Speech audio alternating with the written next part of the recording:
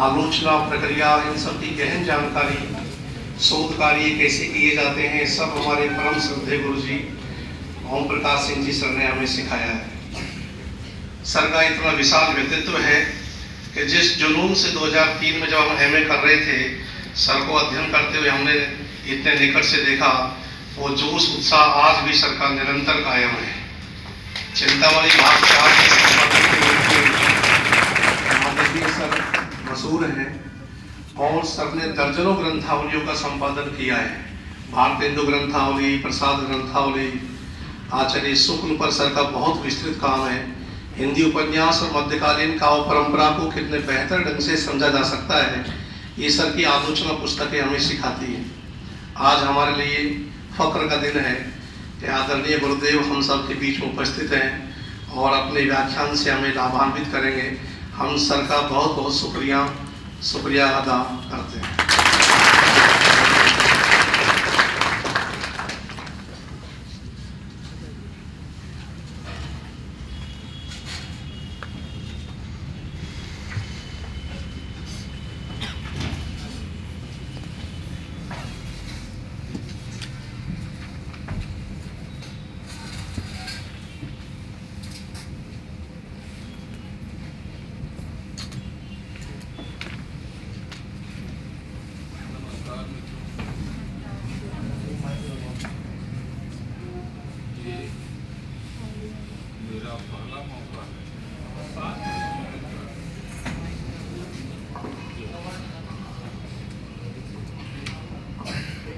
आप जैसे विद्यार्थियों के सामने लगभग सम वय वर्ग के जो लोग हैं उनसे मुखातिब हो रहा। साहित्य की बड़ी बड़ी बातें करना तो हम लोग जानते हैं, लेकिन उसमें से उपयोगी क्या होगा ये आप डॉक्टर अर्जुन जानते हैं।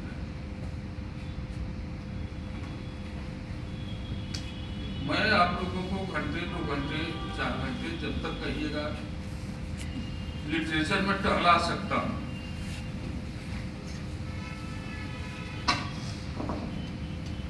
और उसमें से आपके हिस्से का क्या है, आपके लिए जरूरी क्या है, आप लोग छान लीजिएगा। क्योंकि मैंने अपने पूरे जीवन में साहित्य को इस ढंग से नहीं पढ़ा है, या हम लोगों के सामने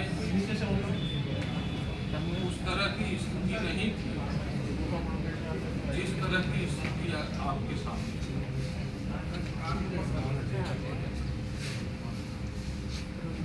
शिक्षा तक नौकरी का माध्यम जरूर होती थी, लेकिन जिस तरह से कंपटीशन का, प्रतिद्वंदिता का युग आज आप लोगों के सामने है,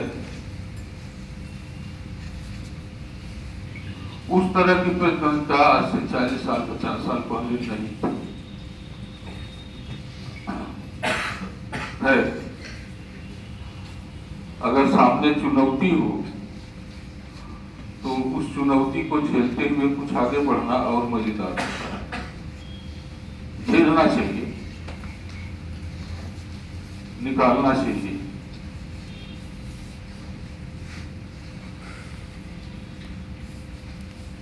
निरंतर अभ्यास,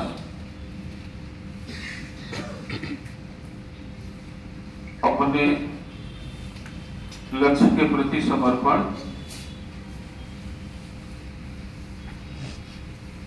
रस्सी भी पत्थर को खींच देती है, फिर हम आपको मनुष्य हैं, कहीं भी खींच देंगे, कहीं भी अपनी निशान छोड़ देंगे।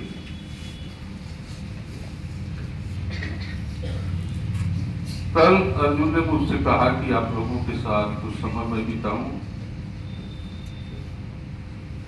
हाँ? यही सोचा था।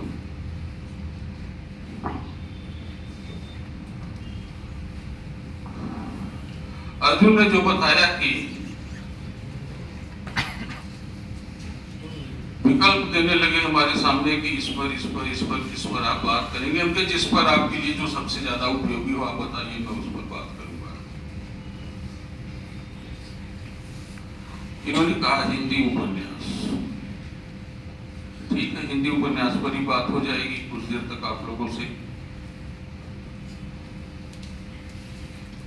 हालांकि हिंदी उपन्यास का भी समय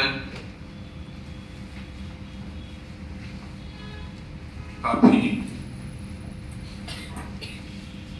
हो चुका है और इतने लंबे कालखंड के उपन्यास को समेट पाना बड़ा मुश्किल है। मैं केवल कुछ सूत्र आपको दे दूंगा कि हम उपन्यास को कैसे समझें और उपन्यास किस तरह से आज हिंदी की एक सर्वश्रेष्ठ विधा के रूप में स्थापित है। आप लोग जानते होंगे कि हमारा रीतिकाल तक का साहित्य केवल कविता का साहित्य है। रीतिकाल के बाद जिसको हम आधुनिक काल कहते हैं या जिसे भारतेंदु काल कहते हैं, यह एक ऐसा काल था जो बहुत उथल पुथल का था। भारतेंदु पैदा हुए थे 1850 में और आप देखें कि 1857 में आपने एक बड़ी लड़ाई लड़ी। 1857 की लड़ाई ऐसा नहीं था कि 1857 में एकाएक शुरू हो गई हो और 1859 में समाप्त हो गई हो। 1857 का जब स्वतंत्रता संग्राम हुआ तो 4-6 साल पहले से उसकी भूमिका बनने लगी थी, उसकी तैयारी चलने लगी थी और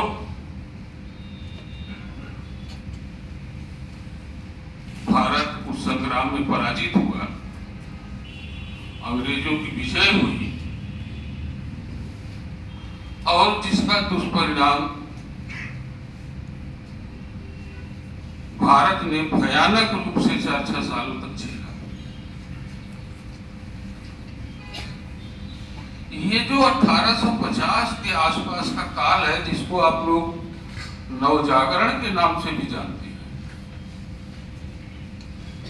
कि जहां हम जागृत हो रहे थे, हमारी चेतना कुछ विकसित हो रही थी। यह जागरण क्या था? किस चीज के प्रति हम जागृत हो रहे थे और जागरण के लिए जो मुट्ठी भर पढ़े लिखे लोग थे उनको तो सुविधा थी, पढ़ लिख करके जाग सकते थे, चीजों को समझ सकते थे, लेकिन भारतवर्ष का तो यह यहाँ की आबादी का बहुत बड़ा हिस्सा, बहुत बड़ा तबका पढ़ा लिखा नहीं था। और एक चीज पर आप और गौर करिएगा कि आप कविता पढ़ते तो भले हो किसी भी युग में, लेकिन कविता में बातचीत तो नहीं करते। बातचीत करने के लिए तो आपको गद्य की जरूरत पड़ती है, गद्य में ही बातचीत करते हैं। तो उस समय भी गद्य का एक स्वरूप मौजूद था, एक ढांचा मौजूद था, लेकिन वह साहित्य में नहीं था। हमारा आधुनिक काल गद्य के प्रचार और प्रसार का साहित्य है। अब गद्य में भी अगर आप देख रहे हैं तो बड़ा कठिन गद्य लिखा जाता है जो आप निबंधों में पढ़ते हैं। भारतेंदु के निबंध पढ़ते होंगे, प्रताप नारायण मिश्र के निबंध पढ़ते होंगे, बालकृष्ण भट्ट के निबंध पढ़ते होंगे। हमें जरूरत तो इस बात की थी, हम अपनी स्थिति को लेकर आम जनता के बीच जाएं और उनको कुछ समझाएं, बुझाएं, कुछ ऐसी बात कहें कि वे हमारी बात को समझ जाएं। इसके लिए हमें एक आसान गद्य की जरूरत थी और एक ऐसी विधा की भी जरूरत थी कि जिसको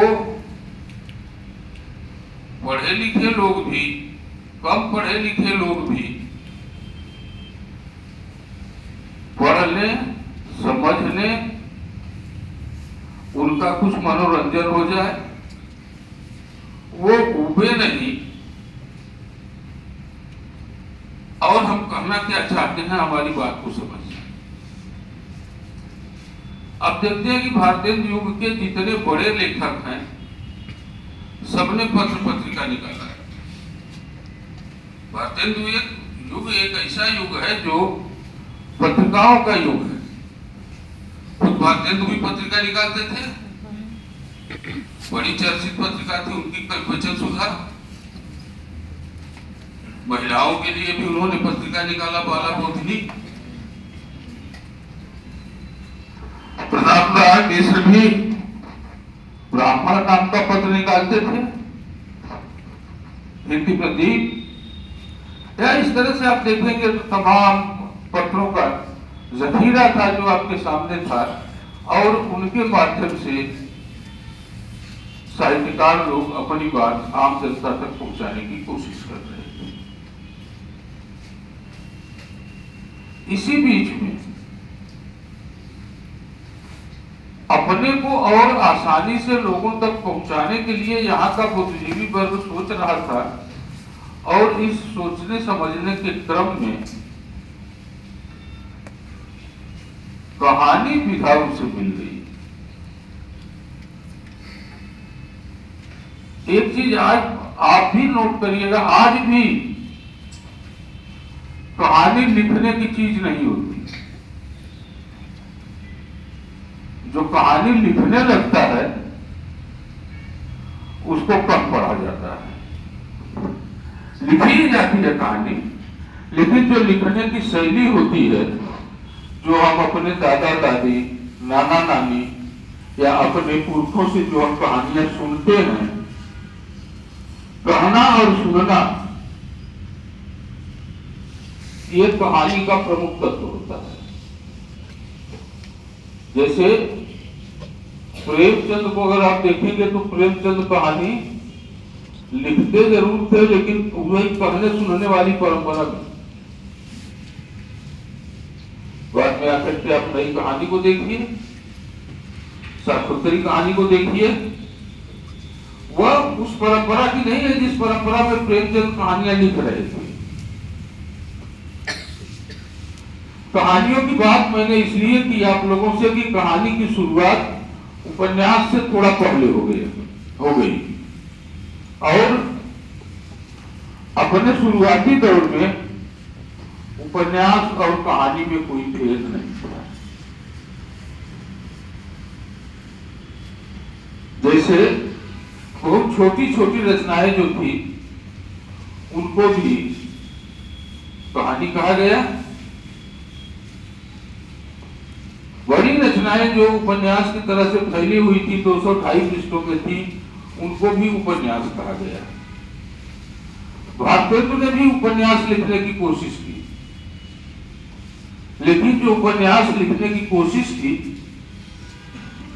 नाम तो दिया, उसका शीर्षक तो कहानी जैसा ही था।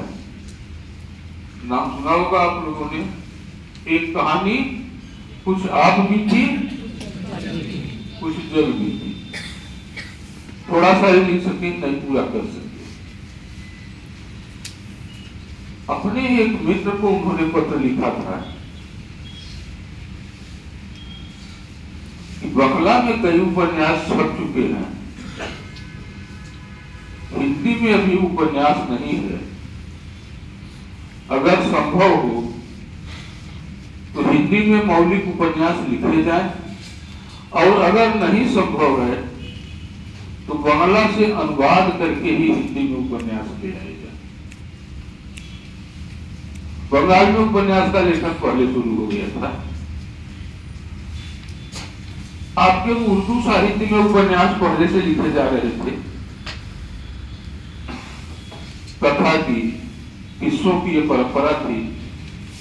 आपके हिंदी में भी ये परंपरा थी, कहानी तोता मैना, या और उसके पढ़े जाइए कथा सरित सागर, कादम्बरी, ये सब उपन्यास के तरह के ही मिलते जुलते रूप थे।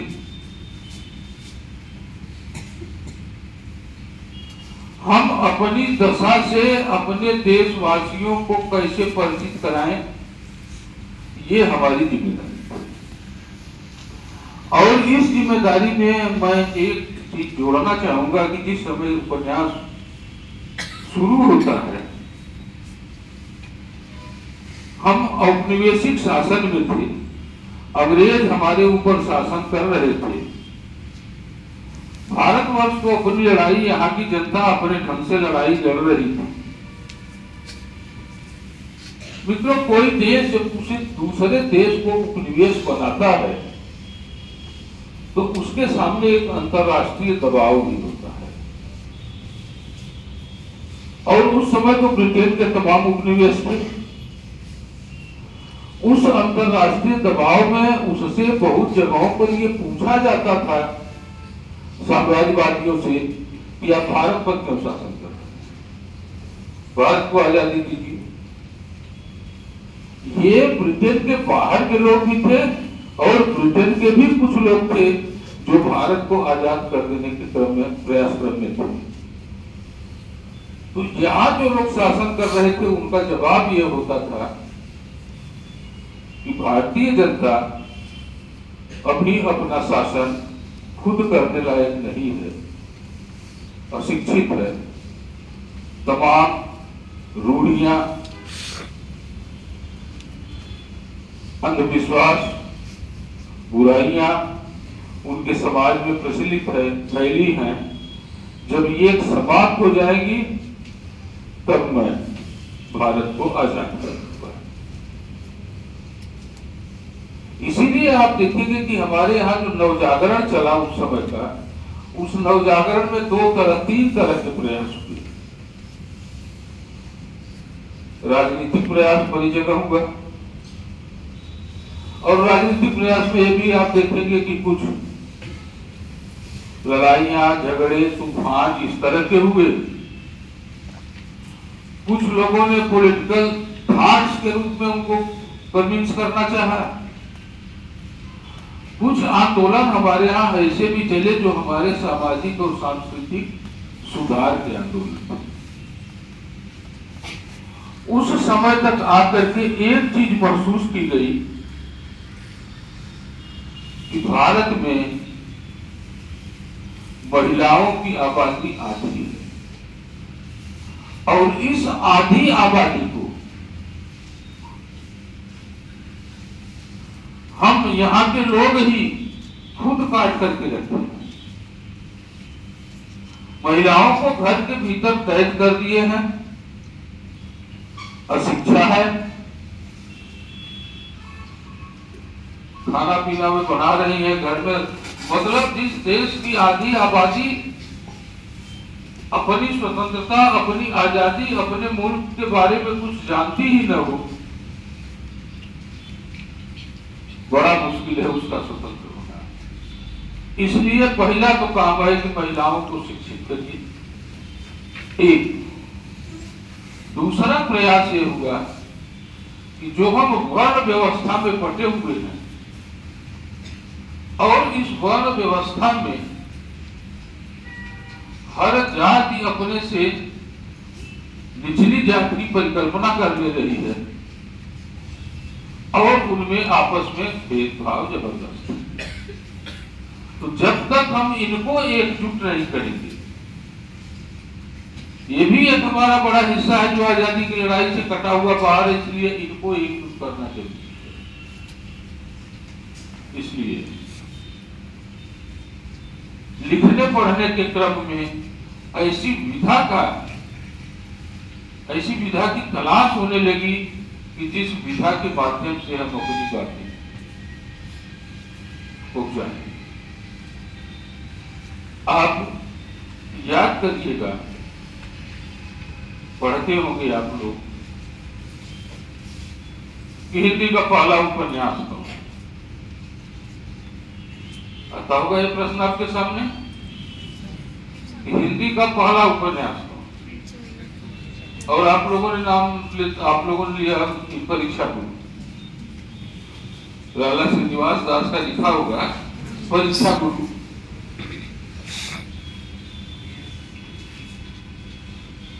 लेकिन आप देखेंगे कि इसके पहले भी, परीक्षा गुरु के पहले भी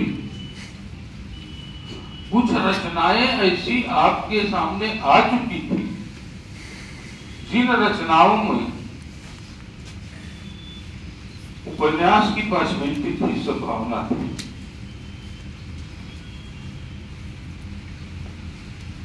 एक शीर्षक तो कहानी ही था, रानी केतकी की कहानी।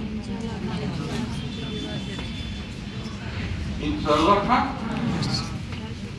अब उसको कहा तो कहानी गया, लेकिन कहानी क्या है, पूरा उपन्यास है, ढांचे भी अपने। और परीक्षा गुरु जब आ गया तो उसको रामचंद्र शुक्ल ने कह दिया कि ये अंग्रेजी ढंग का पहला नावल है। अब दूसरी बातें आ गई कि अंग्रेजी ढंग,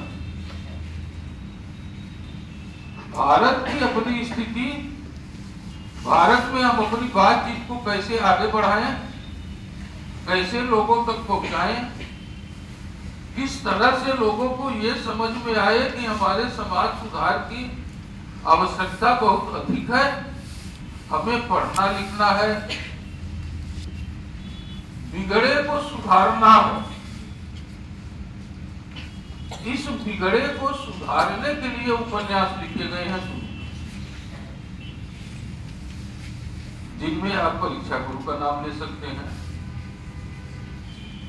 निसहाय हिंदू का नाम ले सकते हैं,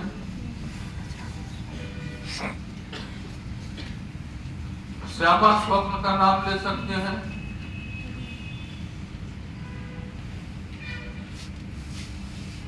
कुछ ऐसे उपन्यास लिखे गए जो कि केवल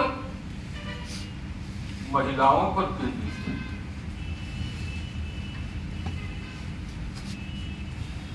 याद आ रहा है, वामा शिक्षक, स्वतंत्र रमा परतंत्र रुचि। दो चीजें यहां मैं आपको संकेत करना चाहूंगा।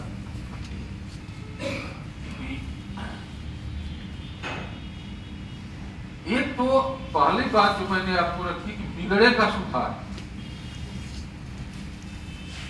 आप देखेंगे कि शुरुआती हर उपन्यास में एक रईस का बेटा है अमीरजादा, जो बिगड़ जाता है, अपनी सारी संपत्ति गवा बैठता है, जुआ हुआ खेलने लगता है, शराब पीने लगता है। इसके बाद कुछ अच्छे मित्र भी हैं उसके, जो कि उसे सुधार करके ले आते हैं, सुधारते हैं, और वो धीरे धीरे फिर उसका जीवन ढर्रे पर आ जाता है। यह बिगड़े का सुधार एक तरह से दिए, मतलब समाज में एक यह बात फैलाई गई उपन्यास के माध्यम से, यह कहा गया कि कुरीतियों के चक्कर में पड़ करके जो हम बर्बाद हो रहे हैं, इस बर्बादी से बचे। दूसरी बात जो महिलाओं के लिए कही गई, वो चाहे वामा शिक्षक में कही गई हो, चाहे स्वतंत्र रमा परतंत्र लक्ष्मी में कही गई हो, शुरुआती दौर में आप ये देखेंगे कि कोई भी उपन्यासकार या कोई भी समाज सुधारक महिलाओं की ऊंची शिक्षा का समर्थन नहीं है। महिलाएं पढ़ लिख करके नौकरी में आ जाएं, इसके भी समर्थक नहीं है। वे समर्थक केवल इस बात के हैं कि महिलाएं इतनी पढ़ लिख जाएं जो कि अपने घरेलू कामकाज को आसानी से करने लगे, अपनी दशा को समझने लगे। इसीलिए इन उपन्यासों में दो बहनों की कथा कही जाती है। उनमें से एक बहन जो है पढ़ लिख करके अपने कमजोर, आर्थिक रूप से कमजोर घर को भी सुधार करके ऊंचाई पर पहुंचा देती थी, और एक बहन ऐसी होती थी जो कि बने बनाए घर को बर्बाद कर देती।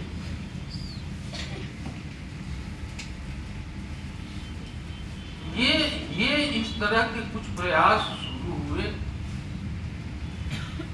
और ऐसे प्रयासों के बाद धीरे धीरे उपन्यास विकसित होते हुए राष्ट्र की संकल्पना के साथ जुड़ा, देश की समस्याओं के साथ। अब देश की समस्याओं के साथ जुड़ने में हम ये नहीं कह सकते कि ये एकाएक आकर के क्रांति होने लगे या क्रांति की बात करने लगे। अंग्रेजों का राज था। डर तो ये था कि अगर ज्यादा क्रांति की बात करोगे तो बंद कर दिए जाओगे या फांसी दे दी जाएगी। इसलिए हमें अपनी बात कहनी भी है, लेकिन अपनी बात कुछ छुपा करके कुछ इस तरह से कहनी है कि हम समझ भी जाएं और अंग्रेजों पर पर्दा भी पड़ा रहे। यह तो हुई एक बात। एक बात और आप सोचिएगा कि भारतीय युग के लेखक सपना बहुत देखते।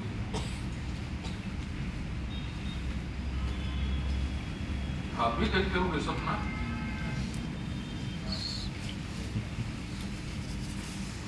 देखते हैं या नहीं? तो क्या देखते हैं सपने? सपने में कभी आप उड़ रहे हैं, कभी पानी में चल रहे हैं, कभी चिल्ला रहे हैं, कभी कोई आपको मार रहा है, कभी आप दूसरे को मार रहे हैं, कभी अपने परिवार के बारे में देख रहे हैं, कभी घर के बारे में देख रहे हैं। ये सपना देखना मनुष्य के लिए बहुत जरूरी है। इसीलिए भारतेंदु ने एक अद्भुत अपूर्व स्वप्न की बात की।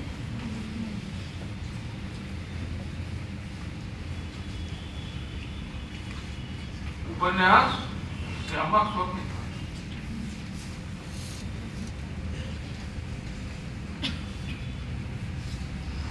सपना देखना, जो देश, जो राष्ट्र या जो व्यक्ति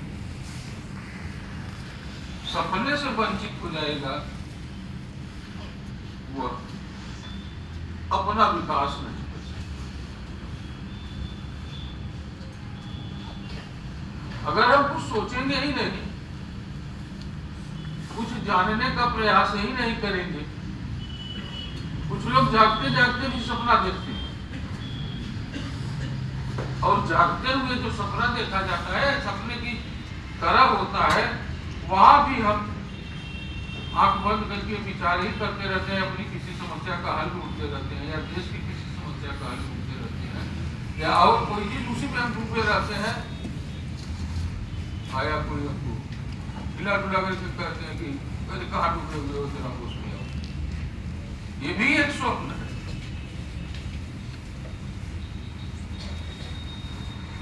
तो भारतेंदु युगीन साहित्यकारों ने एक स्वप्न देखा था, जिस स्वप्न में अपने देश की उन्नति और देश की स्वतंत्रता, ये दो चीजें। अब हम आते हैं कि हिंदी में जो उपन्यास लिखा गया है, पहले तो ये सुधार के उपन्यास लिखे गए जिसमें बिगड़े का सुधार हो रहा है। दूसरी तरफ आपके यहाँ तिलस्मी और अय्यारी के उपन्यास लिखे गए, जासूसी उपन्यास लिखे गए। तिलस्मी और अय्यारी के उपन्यास लिखने वालों में सबसे मशहूर देवकी नंदन खत्री और उनका चंद्रकांता और चंद्रकांता संतति, दो उपन्यास। पढ़ना शुरू करिए, आप बंद नहीं कर सकते, पढ़ते जाएंगे। और ये उपन्यास जब छपता था बनारस के एक्सप्रेस से, तो इसके प्रूफ पढ़ने की जरूरत नहीं पड़ती, बोर्ड पर लगा दिया जाता था, जनता इसका प्रूफ पढ़ रहा था। मतलब लहरी प्रेस के सामने भीड़ लगी रहती थी कि अब चंद्रकांता या चंद्रकांता संतति का 10 पेज 15 पेज बोर्ड पर आएगा पढ़ने के लिए। तैयारी है। चंद्रकांता मूल उपन्यास, इसके बाद चंद्रकांता संतति 7-8 भाग। चंद्रकांता और चंद्रकांता के बच्चे संतति। चंद्रकांता में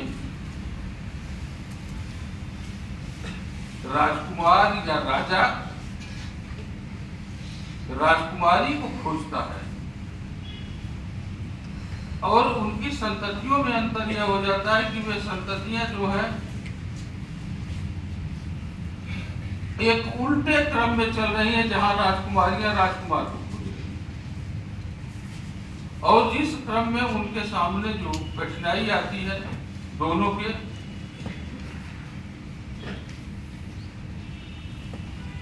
कहीं भूतहे जैसे महल हैं, बड़े बड़े किले हैं, जाकर उसमें फंस जा रही हैं, कमरे में कैद हो गई, घूमते टहलते कोई ने कुंडली उनको ऐसे दिखा दी कि उसको घुमाया, उन्होंने बड़ा कमरा खुल गया, उसके आगे एक बहुत बड़ा बाग है, उसमें चले जा रहे हैं, इनके यार हैं, घोड़े हैं। लेकिन पूरे उपन्यास में आप देखेंगे ये उपन्यास की दुनिया में कहा गया, साहित्य की दुनिया में कहा गया कि ये तो केवल निरा कल्पना की चीज है। बाद में चल करके कुछ आलोचकों ने कहा कि नहीं, ये निरा कल्पना की चीज नहीं। पूरे चंद्रकांता और चंद्रकांता संतति में लगभग जो 2000 पेज तक फैला हुआ है या ज्यादा ही होगा, न कोई एक आदमी मरता है, न कोई एक खून गिरता है।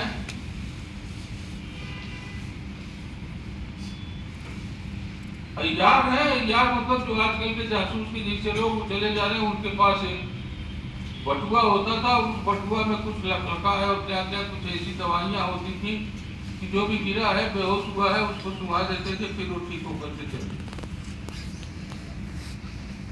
हमारे कुछ बड़े आलोचकों का कहना था कि ये उस समय का भारत है जो आजादी की लड़ाई लड़ रहा था, लक्ष्य नहीं मिल रहा था, गिर रहा था, बेहोश हो रहा था, लेकिन बिना किसी हिंसा, बिना मार काटते वो फिर खड़ा हो जाता था, आगे चल देता था और लड़ाई आगे बढ़ती थी। तमाम कोशिशों के बावजूद तिलिस्म टूटता है, तिलिस्म टूटने पर राजकुमार राजकुमारी की भेंट होती है। उसी तरह से जो आजादी की लड़ाई लड़ी जा रही है, ये हमें किसी लक्ष्य तक ले जाए। तिलिस्मी और अय्यारी के उपन्यासों के बाद हमारे यहाँ एक बहुत बड़ा सिलसिला ऐतिहासिक उपन्यासों का चला है। इतिहास हम भी पढ़ते हैं। इतिहास पढ़ने से हमें मिलता क्या? परीक्षा की बात छोड़ दीजिए कि आप परीक्षा पास हो। इतिहास हम क्यों पढ़ते हैं? पढ़ने का कोई कारण होगा जिसके लिए इतिहास पढ़ते हैं। इतिहास पढ़ने से हमें अपने अतीत की जानकारी होती है कि हमारा भूत क्या था और उस अतीत से क्या कुछ ऐसे स्थल हैं जिनको चुन करके अगर हम निकाल लें तो हमारे लिए प्रेरणादायक हो जाएंगे। मतलब आज जो कुछ है, जिस स्थिति में मैं, ऐसी स्थिति में तो हो सकता है हम 100-200 साल पहले भी रहे हो। जब 100-200 साल पहले रहे तब हमने क्या किया। अगर हम इसको जान जाए तो शायद हमारा रास्ता कुछ आसान हो जाएगा।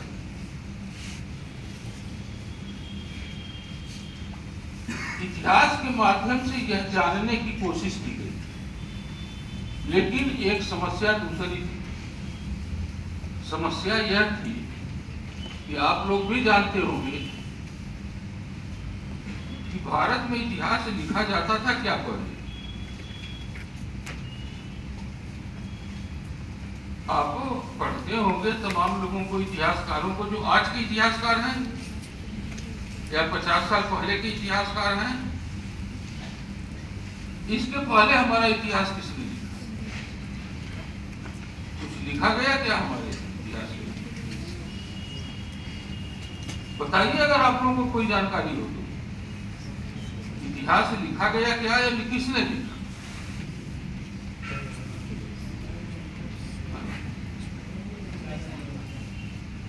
भाई इतिहास तो उन लोगों ने लिखा हमारे यहाँ जो यात्री बाहर से हिंदुस्तान आए। आप हिंदुस्तान की बात करते हैं, आप फारयान की बात करते हैं। ये लोग आए और इन लोगों ने हिंदुस्तान में जो कुछ देखा वो लिखा। इसके बाद जब आप चलते हैं तो आपके सामने बाबरनामा है, अकबरनामा है, हुमायूंनामा है, या उनके दरबार में जो इतिहास लिखने वाले अबू फजल जैसे लोग थे वे इतिहास लिखते। तो कोई राजा जब अपने यहाँ बैठ करके इतिहास लिखवा रहा है तो वह राजा के खिलाफ कोई इतिहास लिखा नहीं जाएगा। आम जनता उसमें होगी भी नहीं। और हमेशा उस समय ही नहीं, आज भी राज सत्ता अपने अनुसार इतिहास लिखवाना चाहती और लिखवाती। अंग्रेज जब आए तो अपने ढंग से इतिहास लिखवाए। तो ये तो समय आपको भी याद होगा, ये बातें होंगी आप लोगों की जानकारी में कि अंग्रेजों ने जब इतिहास लिखवाया तो सबसे बड़ा खलनायक मुसलमानों को बना।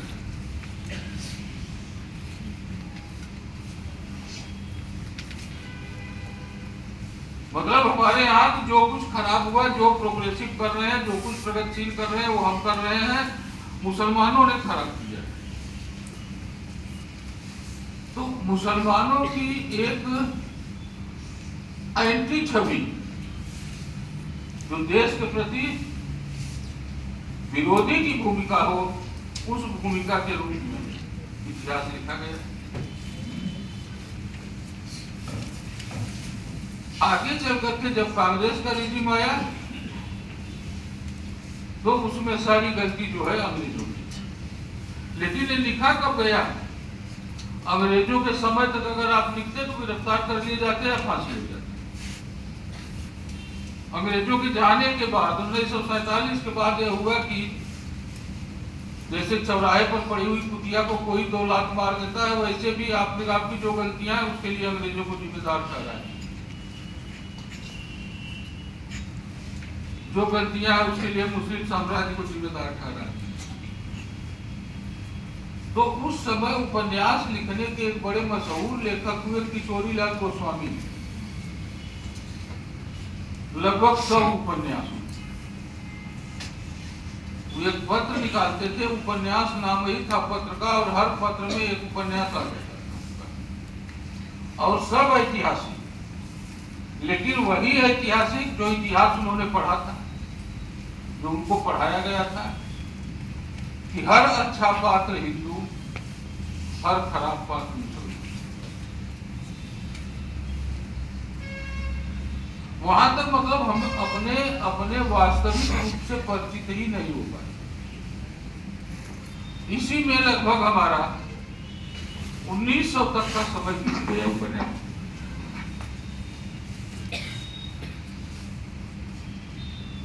1900 के बाद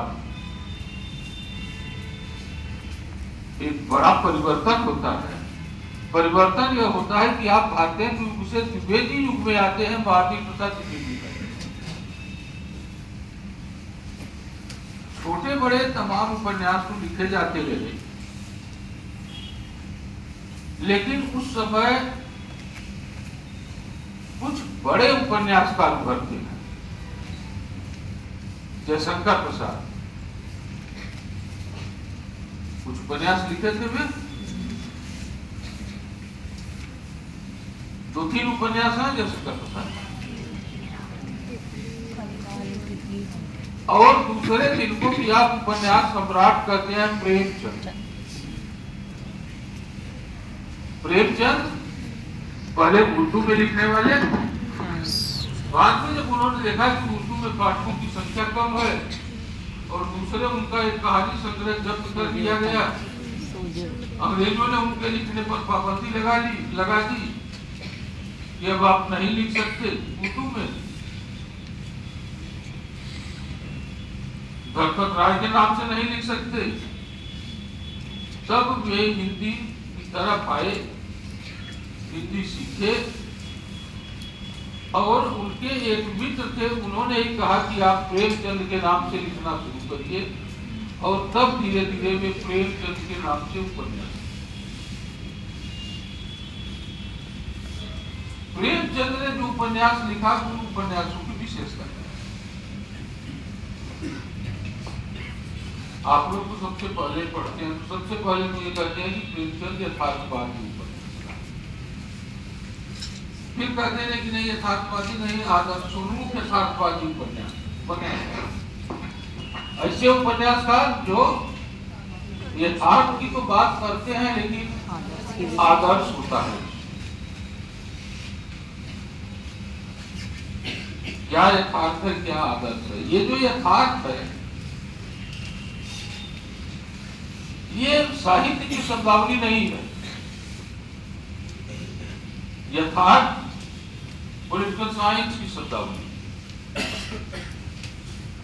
और आदर्शोन्मुख यथार्थवाद ये भी पॉलिटिकल साइंस की शब्दावली।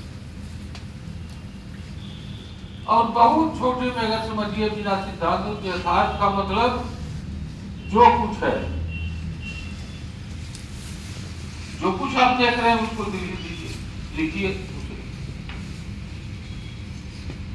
और आदर्शोन्मुख यथार्थ का मतलब है कि जो कुछ देख रहे हैं वह तो है, लेकिन कैसा होना चाहिए।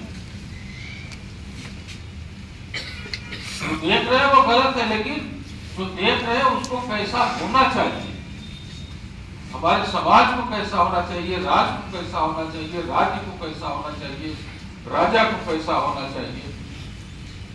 और आप ये जाने किसी आदर्शोन्मुख यथार्थवाद के लिए या आदर्शोन्मुखी यथार्थवाद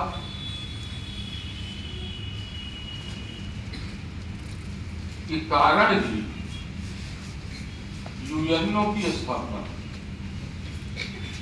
कि राष्ट्रों के पारस्परिक संबंधों को कैसा होना चाहिए। क्या है इससे मतलब नहीं, यथार्थ है इससे मतलब नहीं, कैसा होना चाहिए यह डिसाइड करता है यूएनओ। प्रेमचंद ने आदर्श को यथार्थ को क्या समझा? भाई प्रेमचंद की शुरुआती रचनाओं में अगर आप देखेंगे, कहानियों में, उपन्यासों में, वे ये कहते हैं कि अगर हिंदुस्तान में जमींदार वर्ग बदल जाए, जमींदार ठीक हो जाए, अच्छे व्यवहार वाले हो जाए, लूट खसोट छोड़ दें, प्रजा पर जुल्म करना बंद कर दें, तो हिंदुस्तान ठीक हो जाएगा। इस बात को आप उनके प्रेमाश्रम में भी पाएंगे।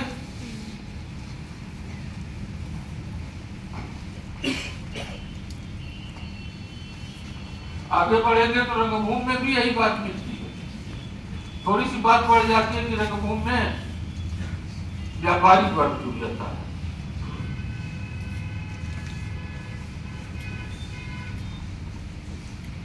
कायाकल्प है,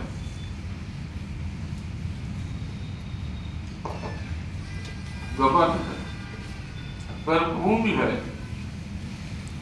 इन उपन्यासों में आप देखिएगा तो वे पात्रों को आदर्शीकृत करते हैं, लेकिन गोदान में कोई आदर्श है क्या? नहीं। पढ़ा है आप लोगों ने गोदान? पढ़े होंगे। तो गोदान में होरी को कौन लूटता है? जमींदार लूटता है, सवाई लूटती है, माता जी काका जी लूटते हैं, पुलिस लूटती है, महान और पंडित पुरोहित सब मिल करके होरी को लूट रहे हैं। केवल जमींदार ही नहीं, सब मिल करके लूट रहे हैं, तब होरी की ये दशा हो रही है। बदल गया उनका यथार्थ, बदल गया उनका आदर्श। तो प्रेमचंद ने अपने यथार्थ के लिए एक परिकल्पना की, एक बात की। आप लोगों में से कुछ लोग गांव से होंगे जुड़े सब यार, कभी न कभी गांव देखा होगा। 90% जुड़े हुए हैं, देखा होगा, गाँव के ही हैं। प्रेमचंद भी गांव के ही। गांव में उन्होंने बरसात में गड्ढे और तालाबों को खूब भरते हुए देखा था। राजस्थान में भी तालाब होंगे गांव जो कि बरसात के पानी से भर जाते हैं, भरे रहते हैं, और जाड़े में उन पर काई लग जाती है। काई लगा, हरे रंग की पप्पू,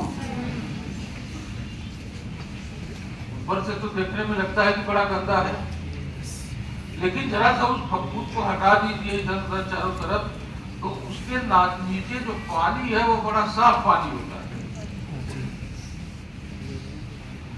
प्रेमचंद इसी को कहते हैं अपना आदर्श और यथार्थ, कि हमारे यथार्थ को तो किसी चीज ने ढक रखा है, फफूंद जैसी चीज। इस फफूंद को हटा दीजिए तो नीचे एक निर्मल जल का सोता मौजूद है। उस निर्मल जल के सोते तक पहुंचने का ही प्रेमचंद का सारा प्रयास है। और वह निर्मल जल का सोता क्या है? आदमी को आदमी बनाना और आदमी को स्वतंत्र करना, उसे आत्मनिर्भर बनाना, ये उनके हर उपन्यास और हर कहानी में आप पाएंगे। दूसरी चीज जो प्रेमचंद पर आप पाएंगे, प्रेमचंद की रचनाएं गांधीवादी सिद्धांतों पर है, आर्य समाजी सिद्धांतों पर है। उनके बाद जो समाज में स्थिति बदल रही थी उन पर भी। जैसे मैं एक उदाहरण दे दूं आपको कि असहयोग आंदोलन जब चला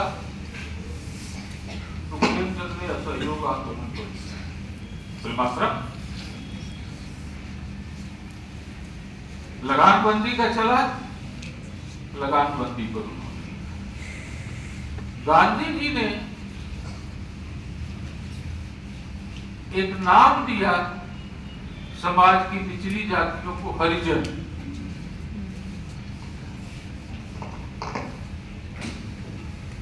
प्रेमचंद ने भी हरिजनों के समर्थन में लिखा। प्रेमचंद ने महिलाओं को खूब विद्रोही बना दिया, वे बराबर टिकटिंग करने लगी, आंदोलनों में हिस्सा लेने लगी, जुलूस में हिस्सा ले। तो हमारे स्वतंत्रता के आंदोलन में जो गतिरोध आ रहे थे, उन गतिरोधों को हटाने के लिए प्रेमचंद ने एक यथार्थ उनका वह और एक यथार्थ प्रेमचंद का और था जिसको मैं आप लोगों को बताऊं। प्रेमचंद बड़े डरपोक भी थे। शिवरानी देवी उनकी जो पत्नी थी कम से कम 25 बार जेल गई होगी, प्रेमचंद एक बार भी जेल नहीं। केवल लिखते थे जेल जाने की बात, और जेल जाना होता था तो भाग जाते। लेकिन एक रचनाकार जो हमें रास्ता दिखा रहा था और उपन्यास को तमाम ऊपरी जो फर्क था, जो शहरी संस्कार थे या दूसरी चीजें थी, जो निगुण सबको उठा करके गांव पर केंद्रित कर दिया। प्रेमचंद के तमाम उपन्यासों में गांव और शहर दोनों है। गोदान में भी गांव और शहर दोनों है, लेकिन वरीयता उन्होंने गांव को दी कि हमारे गांव में क्या कुछ हो रहा है, इसको प्रेमचंद ने बहुत अच्छी तरह से दिखाया। और प्रेमचंद एक ऐसे उपन्यासकार हमारे लिए बन गए, जरूरी उपन्यासकार बन गए कि जिनको पढ़ करके हम सही रास्ते पर जा सकते। मतलब प्रेमचंद हमारे लिए भले एक्सप्रेसवे न हो, लेकिन एक ऐसी पगडंडी जरूर है कि जिनके बताए हुए रास्ते पर चल करके हम अपने गंतव्य को पा सकते हैं। उनके उपन्यासों को देखिए, उनकी कहानी को देखिए।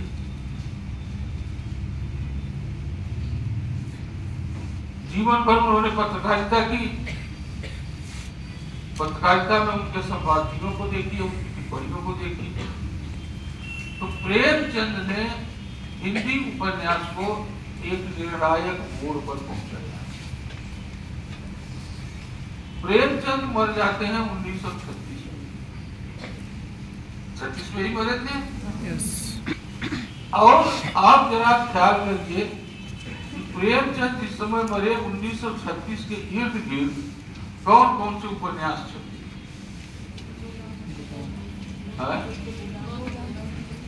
नहीं, गोदान को छोड़, प्रेमचंद का नहीं, प्रेमचंद के अलावा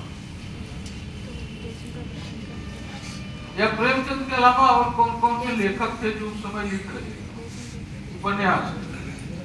जयशंकर प्रसाद, जयनेन्द्र लिख रहे थे, भगवती चरण वर्मा लिख रहे थे, वृंदावन लाल वर्मा लिख रहे थे, पांडे बेचन शर्मा उग्र लिख रहे थे।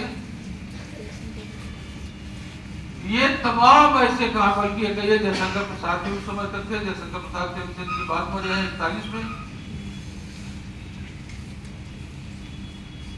मैं केवल यह संकेत आप लोगों को दे देना चाहता हूं कि उस समय अगर आप देखेंगे प्रेमचंद की बात, तो जयनेन्द्र का सुनीता और फरक 37 में त्याग पर छपता है। चित्ररेखा उपन्यास छपता है।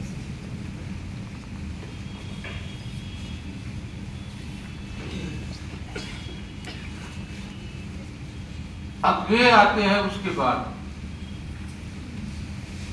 फिर तो आजादी तक तमाम उपन्यासकार हजारी द्विवेदी और ये सभी लोग हमारे सामने आ जाते हैं।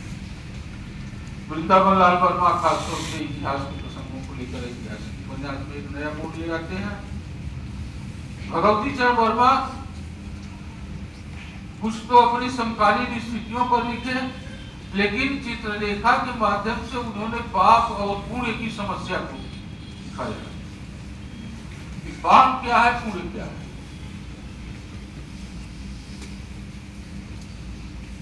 और तमाम जगहों से उसे बीजगुप्त के यहाँ से लेकर कुमारदेवी के यहाँ से रखकर दोनों स्थितियों में रख करके देख करके चित्रलेखा को देखकर और इन सब चीजों को देख करके उन्होंने ये निष्कर्ष निकाला कि जीवन हमारा बड़ा कठिन है।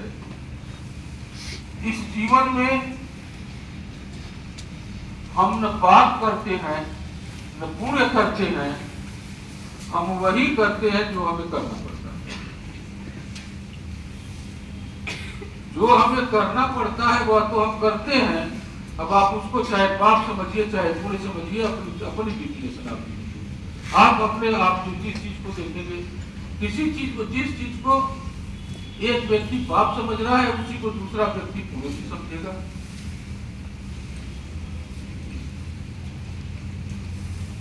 ये कर्मकांड की बात है।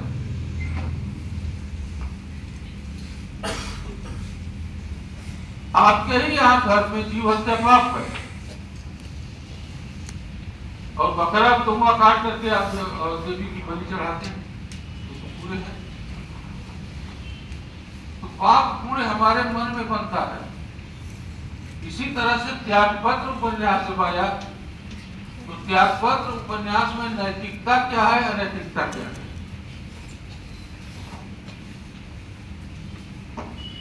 स्त्री की स्थिति क्या है, मृणाल त्यागपत्र की न्यायिका है, मृणाल ही नाम है ना। वो उसकी एक सखी है, शीला नाम है या शीलो, वह उसके भाई से प्रेम करती है, उसी से शादी करना चाहती है। घर वाले जबरदस्ती उसकी शादी एक दूसरी जगह कर देते हैं जो दुहाजू है। दुहाजू मतलब जिसकी एक शादी हो चुकी है, पत्नी मर चुकी है, उसके साथ मृणाल की नहीं बनी और पति उसका घर से उसे निकाल देता है, कहीं रहने की व्यवस्था कर देता है और कुछ है। लेकिन मृणाल का उससे भी उस जीवन से भी उसे संतुष्टि न मिली। वह जाकर के एक दुकानदार है उसके साथ रहने लगती है या कहिए उससे विवाह करती है। वहां भी उसकी न बनी।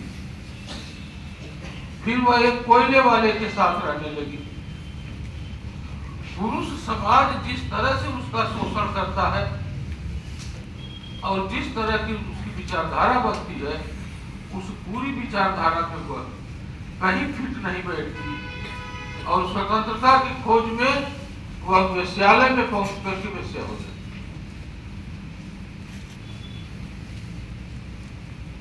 उसका जो भतीजा है प्रमोद, वह जज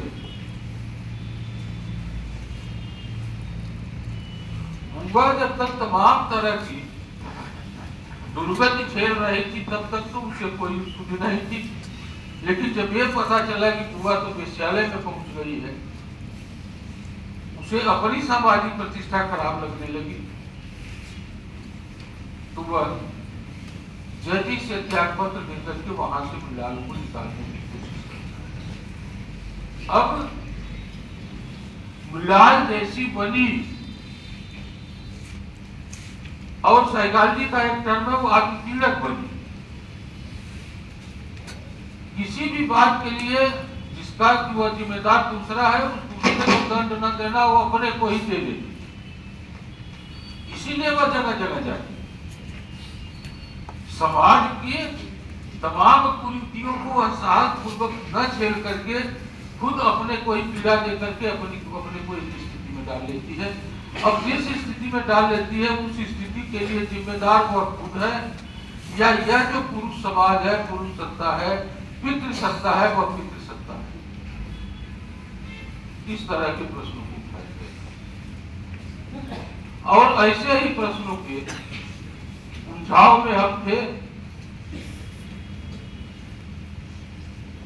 47 का समय आ गया, देश की आजादी का,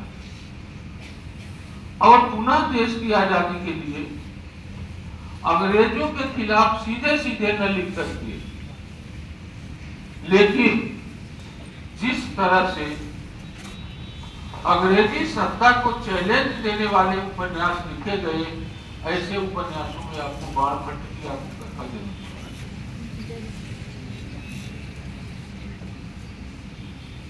फिर देश आजाद हुआ, देश का बंटवारा हुआ, हिंदुस्तान पाकिस्तान जैसे देश बने और ऐसी स्थिति पर हिंदुस्तान और पाकिस्तान का बनना भारत की 20वीं शताब्दी के मध्य में धर्म के आधार पर एक ही राष्ट्र का दो राष्ट्रों में विभक्त हो जाना यह भारत की नहीं विश्व की अनूठी घटना थी। कहीं ऐसा नहीं हुआ था, लेकिन हिंदुस्तान में हुआ। और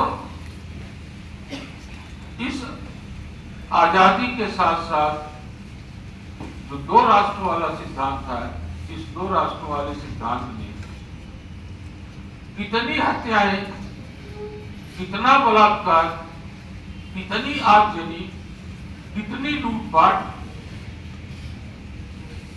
ये किया। आप कोई उपन्यास पढ़ करके झूठा सच पढ़ लीजिए, तमस पढ़ लीजिए, सूखा बरगद पढ़ लीजिए, छापों की वापसी पढ़ लीजिए, आधा घाव पढ़ लीजिए, जो भी उपन्यास पढ़ेंगे जो विभाजन की समस्या पर केंद्रित है, आपको इसकी समस्या।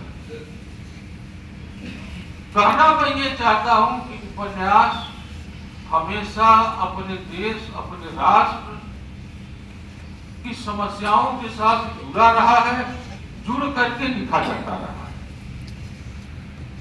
एक ऐसा भी वर्ग आया जो केवल गांव पर लिख रहा था, गांव की स्थिति क्या है। एक ऐसा वर्ग आया जो केवल अपनी संस्कृति को लिख रहा था। एक तो आपके ही शहर विश्वभरनाथ उपाध्याय गांव पर लिखने वाले प्रेमचंद अकेले नहीं थे। प्रेमचंद के बाद आप रेणु को पढ़िए, रेणु का गांव प्रेमचंद के गांव से अलग हो गया है। नागार्जुन को पढ़िए, श्री प्रसाद सिंह को पढ़िए, विवेकी राय को पढ़िए, रामदरस मिश्र को पढ़िए। इन सबके उपन्यासों का खाता मित्रों बहुत बड़ा है। घंटे डेढ़ घंटे में उपन्यासों पर बात नहीं की जा सकती, एक आध घंटे में तो एक आध उपन्यास पर बात की जा सकती। जो अपनी क्लासिक, जैसे पारभट्ट की आत्मकथा क्लासिक उपन्यास है, गोदान क्लासिक है, जयशंकर प्रसाद का कंकाल या तितली क्लासिक है। इन उपन्यासों में समस्याओं को कैसे उठाया गया। और आज तो हमारी स्थिति ये है, किसी महिला के जीवन पर पुरुष जो लिख रहा है, आज की महिलाएं, पढ़ी लिखी महिलाएं, वो नहीं मान रही है कि संतुलित लिख रहा है। वह कह रहे हैं कि हमारे जीवन पर या हम जिस चीज को भोग रहे हैं, अपनी व्यथा को हम ही कथा में बदल सकते हैं, दूसरा कथा बदलेगा। इसलिए एक तरफ देखिए महिला लेखन चल रहा है, एक तरफ दलित लेखन चल रहा है। आदिवासियों में जैसे जैसे लोगों में चेतना आती जा रही है, वैसे वैसे वे अपनी समस्याओं को उजागर करने के लिए अधिक आत्मकेंद्रित होते जा रहे हैं। ले दे करके और कुछ नहीं, अब तो हम किन्नर विमर्श पर भी बात करने लगे हैं। और वे भी अब धीरे धीरे अपनी कथा अपने शब्दों में लिखते हैं। दूसरे लोग तो बड़े राइटर लिख ही रहे हैं हिंदी के, किन्नर भी अपनी कथा अपने से लिख रहे हैं। मैं किन्नर, मैं हिजड़ा, लक्ष्मी का और ऐसे जीवन वृत्तांत आपको मिल जाएंगे। और आज आप 21वीं शताब्दी में जी रहे हैं, विज्ञान की चरम उपलब्धियों के साथ जी रहे हैं। अब आपका जीवन वही नहीं रह गया है जो जीवन आपका 1947 या 1947 के पहले और 1947 के कुछ बाद में था। अब आप अपनी तमाम नई सोच, नई सुविधा, नई खोज, नए अन्वेषण, नई जीवन शैली देख रहे हैं। और इस नई जीवन शैली को उपन्यास रूपायित करता है। अभी तक मैंने थोड़े रूप में यह केवल कहना चाहा कि उपन्यास हमारा जीवन जिस समय जिस तरह का था, उस तरह की स्थिति से टकराते हुए निरंतर प्रवर्तमान है, आगे बढ़ रहा है और आगे बढ़ेगा। हमें थोड़े रूप में जहां तक आपकी जरूरत हो वहां तक इसको देखना चाहिए। नमस्कार मित्रों।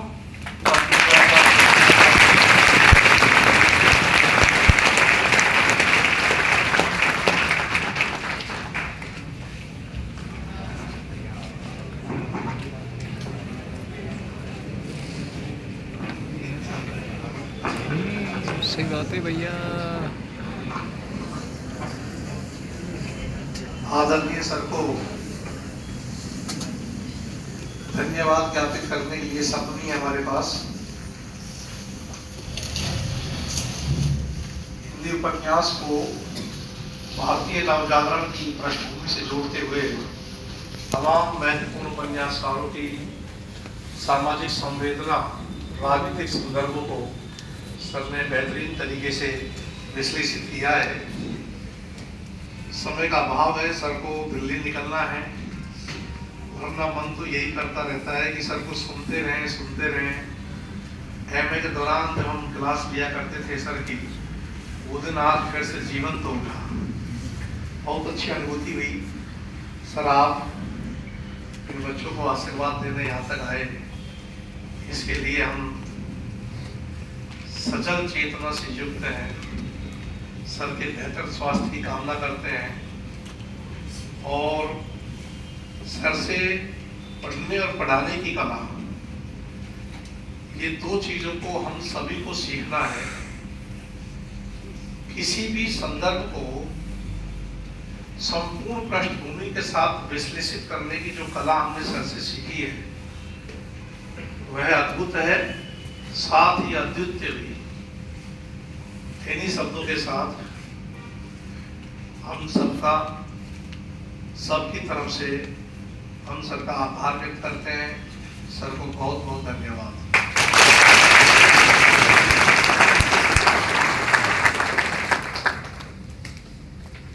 बच्चा था ना वो, हाँ आइए, आप आइए।